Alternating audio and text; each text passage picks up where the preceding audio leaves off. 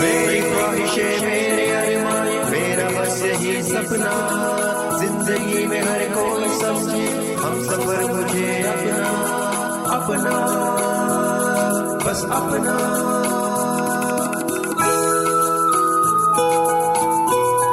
अपना radio 96.9 FM।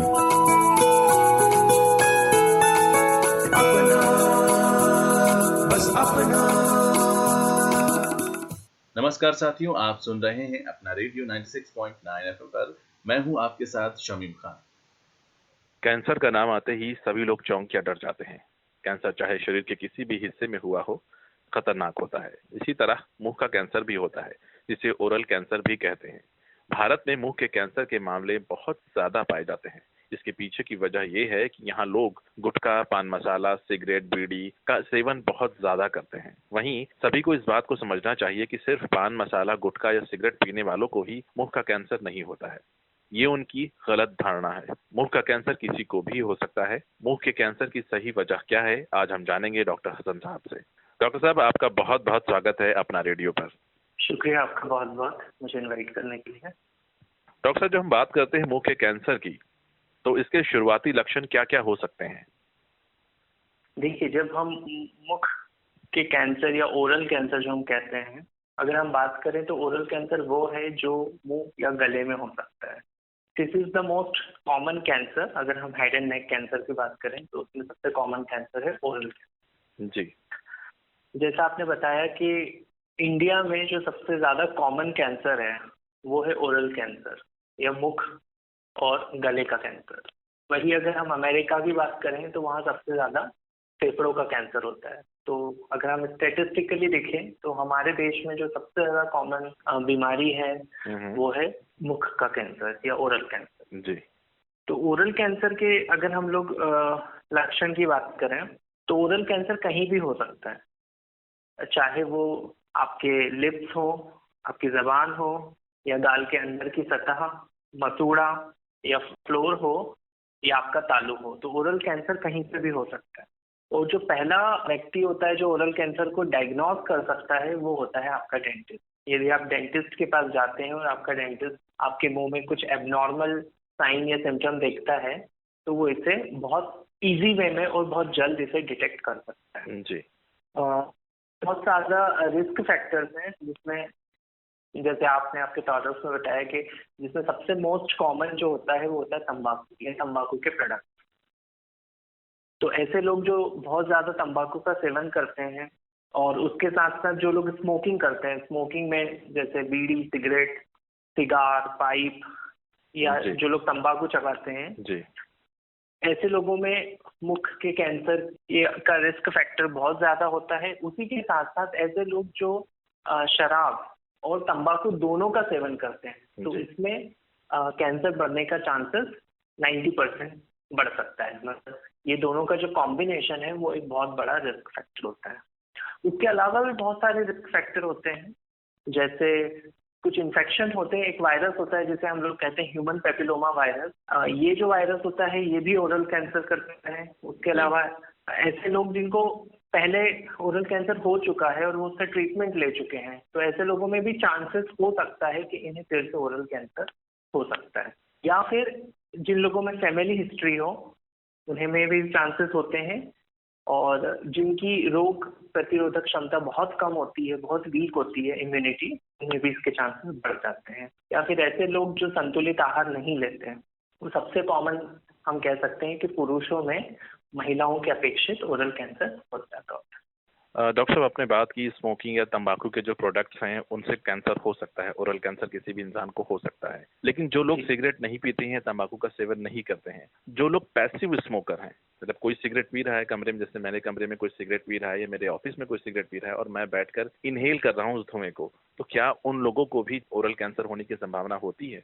उन्हें oral cancer की संभावना तो इतनी ज्यादा नहीं है, जैसा आपने कहा कि वो पैसिव स्मोकिंग के थ्रू हो रहा है, लेकिन हाँ उन्हें फेफड़ों के कैंसर के चांसेस ज्यादा बढ़ जाते हैं। जैसे आपने देखा होगा कि पुराने जमाने में जो लोग चूल्हे पे खाना बनाते थे या फिर जो लोग इस तरीके की फैक्ट्रियों में काम करते थे जहाँ चिमनी जलती थी, जी तो ऐसे लोगों में फेफड़ों के कैंसर का चांस ज्यादा बढ़ता है एज कम्पेयर टू ओरल। जी। ओरल कैंसर किस तरीके से फैलता है हमें?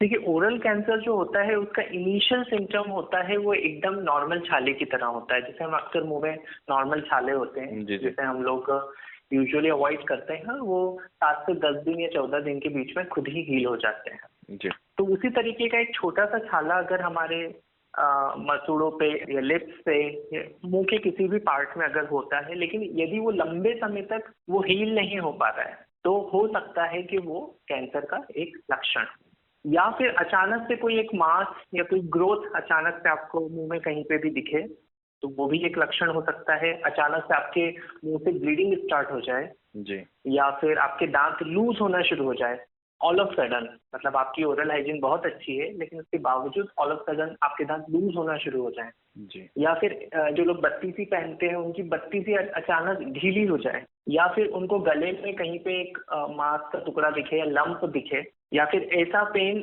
ऐसा कान में दर्द हो जो बहुत लंबे समय तक बना रहा है, वो जाता ही नहीं, या फिर अचानक से वेट लॉस शुरू हो जाए, अचानक से उनका वजन गिरना शुरू हो, जी जी और या फिर आपके मुंह के अंदर की जो सतह होती है उसमें रेड एंड वाइट, लाल और सफेद रंग के कुछ पैचेस दिखें, तो कह सकते हैं कि वो ओरल कैंसर के शुरुआती लक्षण। जी। जब हम मुंह के कैंसर की बात करते हैं तो इनमें कौन कौन से कैंसर शामिल होते हैं? मेरा मतलब यहाँ है कि मुंह हुआ या गला हुआ, होठ हुए, जबान हुई, इन सब चीजों में भी कैंसर होने की संभावना होती है? जी, वही मैंने कहा कि मुख कैंसर का जो डेफिनेशन होता है वो यही होता है कि मुख कैंसर मतलब ओरल कैविटी और आपका थ्रोट, आपका गला और आपका मुख। अब वो कहीं पे भी हो सकता है, उसका जी। कोई स्पेसिफिक साइट नहीं होती जी। कि वो स्पेसिफिक साइट पे होता है, लेकिन देखा गया है कि जो लोग तंबाकू के प्रोडक्ट्स यूज करते हैं वो एक पर्टिकुलर जगह पे अपने मुंह में रख लेते हैं, या जी। जो लोग सुपारी खाते हैं या फिर पान का उपयोग करते हैं, तो उस पर्टिकुलर जगह पे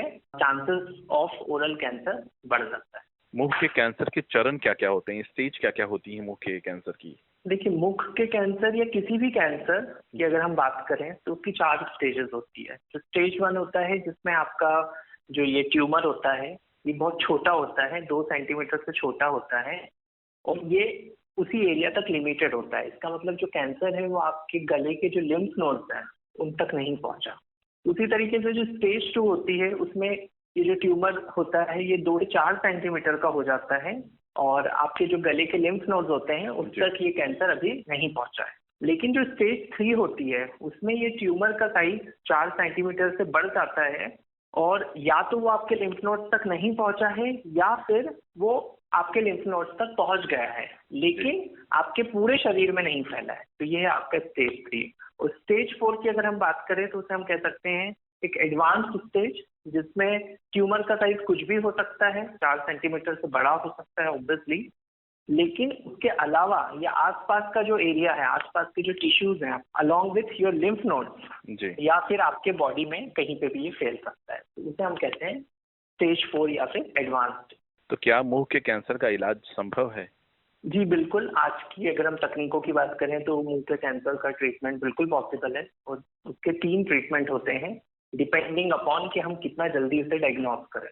तो उसका पहला जो ट्रीटमेंट है वो है सर्जरी, जी जो सबसे कॉमन ट्रीटमेंट होता है, जिसमें हम जो भी हमारा ट्यूमर होता है और आसपास के जो हमारे गले के जो लिम्फ नोड जिसमें वो ट्यूमर है उसको हम लोग निकाल देते हैं, तो वो हो गया हमारा सर्जिकल रिसेक्शन। दूसरा ट्रीटमेंट होता है रेडिएशन थेरेपी। रेडिएशन थेरेपी में जो डॉक्टर होता है वो आपको रेडिएशन देता है इस ट्यूमर में, और वो 1 या दिन में 2 बार देता है, या फिर 1 सप्ताह में 5 बार, जी 2 से 8 सप्ताह के लिए। तो ये जो पर्टिकुलर ट्रीटमेंट होता है रेडिएशन थेरेपी, ये एडवांस्ड स्टेज में होता है, जिसमें हम लोग सर्जिकल रिसेक्शन नहीं कर सकते बिकॉज ट्यूमर बहुत ज्यादा फैल चुका है। जी उसके अलावा है कीमोथेरेपी। तो कीमोथेरेपी इतना कॉमन नहीं होता ओरल कैंसर के लिए, लेकिन उसके बावजूद इसमें हम लोग कुछ मेडिकेशंस देते हैं, कुछ ऐसी दवाइयां देते हैं, ओरली देते हैं या फिर उसे नस के थ्रू आईवी देते हैं। तो ये इस तरीके से 3 ट्रीटमेंट ओरल कैंसर के लिए होते हैं, और उससे ज्यादा इम्पोर्टेंट होता है अच्छा न्यूट्रिशन। जो ओरल कैंसर की वजह से जो भूख की कमी हो जाती है जी, या जी, फिर जी। वजन गिर जाता है, तो उसको हमको रिगेन करना हो। एक अच्छे न्यूट्रिशन के साथ। जी डॉक्टर साहब, आपने बात की मुंह के कैंसर की सर्जरी की, तो आप बताइए कि क्या ये सर्जरी कॉस्टली होती है? अगर हाँ तो फिर कितनी कॉस्टली होती है? कि क्या एक आम इंसान इस तरह की सर्जरी को अफोर्ड कर सकता है? जी बिल्कुल, मुंह के कैंसर की सर्जरी कॉस्टली होती है। इवन कोई भी सर्जरी कॉस्टली होती है, लेकिन अगर हम हमारे देश में देखें तो ऐसे बहुत सारे कैंसर सेंटर्स हैं हमारे, जो बहुत सारे ट्रस्ट या फिर गवर्नमेंट कैंसर सेंटर्स होते हैं। जैसे एक बहुत जाना माना नाम है हमारे देश में है, वो Tata institute of oral cancer. तो ऐसे जो सेंटर्स होते हैं वहाँ पे इस तरीके के जो मुंह के कैंसर होते हैं, हेड एंड नेक के कैंसर होते हैं, उनका इलाज काफी सस्ता होता है as compared to big corporate hospital. मुंह के कैंसर के जोखिम क्या क्या हो सकते हैं, अगर हम उस टॉपिक पर बात करें तो? देखिए, मुंह के कैंसर के जो जोखिम ये हो सकता है कि जैसे मैंने कहा कि इसका मेटास्टेसिस मतलब ये शरीर के किसी भी हिस्से में फैल सकता है। तो ऐसा नहीं है कि मुंह का कैंसर सिर्फ ओरल कैविटी या फिर आपके गले तक ही लिमिटेड रहेगा, वो कहीं पे भी फैल सकता है। वो लीवर में जा सकता है, वो फेफड़ों में जा सकता है, और वो कहीं भी बॉडी के किसी भी हिस्से में जा सकता है। तो इस तरीके से ओरल कैंसर का मेटास्टेसिस हो सकता है और ये हमारे पूरी बॉडी को इन्वॉल्व कर सकता है। तो वही एक सबसे बड़ा जोखिम, यदि सही समय पर उसका डायग्नोसिस न किया जाए और इलाज ना किया जाए तो। जी। तो क्या ओरल कैंसर किसी व्यक्ति की मौत की वजह भी बन सकता है? अमूमन देखा जाता है लोग ओरल कैंसर को या ओरल जो प्रॉब्लम होती है उनको बहुत अच्छे तरीके से नहीं लेते हैं, उनको बहुत नॉर्मल तरीके से नहीं लेते हैं, डॉक्टर के पास नहीं जाते हैं। तो क्या ये ओरल कैंसर किसी इंसान की मौत की वजह भी बन सकता है? जी बिल्कुल, वही मैं कहना चाहता था आपको कि इंडिया में जो सबसे ज्यादा मौतें होती हैं अगर किसी कैंसर से, तो वो है ओरल कैंसर। मुंह का कैंसर कितनी तेजी से फैलता है? अगर हम बात करें कि मुंह का कैंसर के किसी को इंसान को हो गया है तो कितनी तेजी से फैलेगा? या 1 महीने में, 2 महीने में, 4 साल में या 6 साल में, मतलब किस तरीके से फैलता है? ओरल कैंसर का जो फैलाव होता है वो बहुत ज्यादा होता है, उसका रेट बहुत ज्यादा होता है। तो रीजन ये है क्योंकि ओरल कैविटी एक तो बहुत छोटी होती है हमारी, जो अक्सर वैसे भी पेशेंट किसी डेंटिस्ट या फिर नाक कान गले विशेषज्ञ के पास नहीं जाते हैं, तो वो अनछुआ रह जाता है वो पहलू, और वो अर्ली डिटेक्शन नहीं हो पाता उस कैंसर का। तो इस कारण से इसका रिस्क फैक्टर बढ़ जाता है और ये बहुत जल्दी से फैल सकता है। इसलिए ये बहुत जरूरी है कि यदि आपके मुंह में कोई छाला है और उसको लंबे समय तक वो हील नहीं हो पाया, आपको पेन है, उसमें हीलिंग नहीं हो रही है, तो आप तुरंत किसी अच्छे डेंटिस्ट या फिर ओरल सर्जन या फिर आपके नाक कान गले विशेषज्ञ के पास आप बिल्कुल जाएं, ताकि उसका डायग्नोसिस जल्द से जल्द हो। जी। मुंह का कैंसर किस उम्र के इंसान में सबसे अधिक होने की संभावना होती है? क्या कोई एक स्टेज होती है जब मुंह का कैंसर होने की संभावना ज्यादा हो सकती है इंसान में? देखिए, उम्र की तो कोई सीमा नहीं है मुंह के कैंसर में, बट ये देखा गया है कि मिडिल एजेड लोग जो होते हैं उनको इसका चांसेस बढ़ जाता है। लेकिन उसके बावजूद इसमें जो सबसे इम्पोर्टेंट चीज है वो है रिस्क फैक्टर। तो जैसे मैंने आपको शुरुआत में ही बताया कि बहुत सारे रिस्क फैक्टर होते हैं, इसमें सबसे बड़ा रिस्क फैक्टर तो पुरुष हो गया, और दूसरा इम्पोर्टेंट जो तंबाकू और तंबाकू के प्रोडक्ट्स का सेवन कर रहे हैं उसमें इसका चांसेस बढ़ जाएगा। तो हम लोग ऐसे कोई एक उम्र की सीमा नहीं बता सकते, बट हाँ ये कह सकते हैं कि मिडिल एजेड पुरुष और तंबाकू के सेवन करने वाले।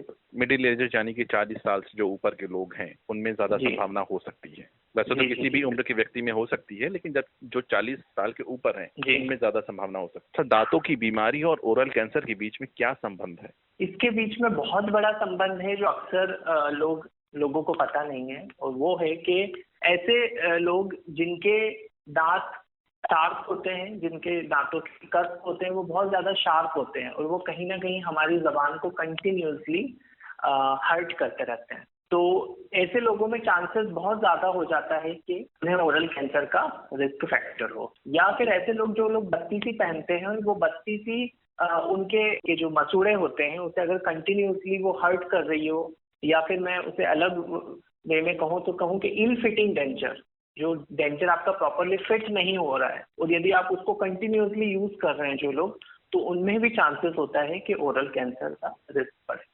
जी, आपने बत्तीसी की बात की। जिन लोगों के दांत नहीं है, जिनके सिर्फ मसूड़े हैं, सारे दांत गिर चुके हैं, वो बत्तीसी अक्सर फिट करवा लेते हैं। लेकिन अक्सर गांव में ये देखा जाता है कि सर्टिफाइड या जो है एडुकेटेड जो डेंटिस्ट है वो नहीं है। झोला छाप डॉक्टर्स होते हैं, वो किसी तरीके से उनको सीख लेते हैं और वो बना देते हैं उनके बत्तीसी, तो वो फिट नहीं होती है कहीं ना कहीं उनके मसूड़े में। तो वही वजह बनती है कि जो है उनको ओरल कैंसर भी हो सकता है। जी, वही मैं कहना चाहता हूँ कि जो लोग क्वैक्स के पास जाते हैं, झोला छाप डॉक्टरों के पास जाते हैं, और वो इस चीज के बारे में नहीं सोचते और वो लोग उनको इल फिटिंग डेंचर बना के देते हैं, उनकी बत्ती भी सही ढंग से प्रॉपरली बैठ नहीं पाती है, तो वो कहीं ना कहीं एक कारण होता है ओरल कैंसर। सबसे इम्पोर्टेंट क्वेश्चन ये है कि ओरल कैंसर की रोकथाम किस तरीके से करें? देखिए, ओरल कैंसर की रोकथाम तो यही है कि हमें अपने डेंटिस्ट के पास हर 6 मंथ में जाना चाहिए, यदि आपको कोई ओरल प्रॉब्लम हो या ना हो जी, ताकि आपका एक प्रॉपर चेकअप हो जाए। जब आपका प्रॉपर चेकअप होगा तो ओरल कैंसर या कोई और भी बीमारी हो जो ओरल कैंसर की तरफ बढ़ सके,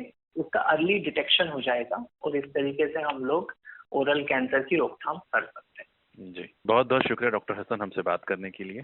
धन्यवाद। सुनते रहिए अपना रेडियो 96.9 FM पर।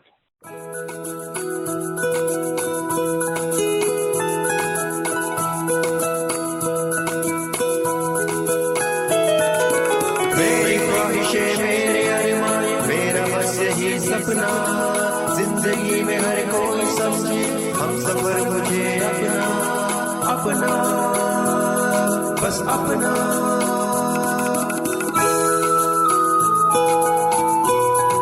अपना रेडियो 96.9 FM। अपना, बस अपना।